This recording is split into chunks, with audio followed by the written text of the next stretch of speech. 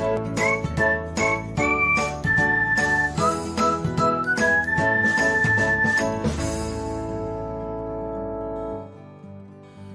everyone, welcome back to another episode of Technologyglance.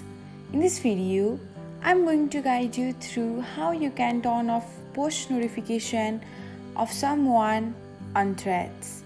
So, let's get started. Watch till the end and don't forget to subscribe to Technologyglance by hitting the subscribe button and press the bell icon so that you'll never miss another update. Without further ado, let's get started. First of all, open the Threads app on your device. Now, tap on the little heart icon. Next, open the profile of someone whose notification you wanna push. After that, open the profile. Now, you can find a bell icon with a tick mark on it. Tap on the icon. And that's it. This is how you can turn off push notification of someone on threads.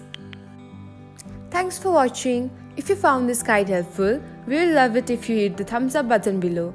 We upload great new tech tutorials like this one every day. So, don't forget to subscribe to our channel and hit the bell icon to get an update as soon as we post a video.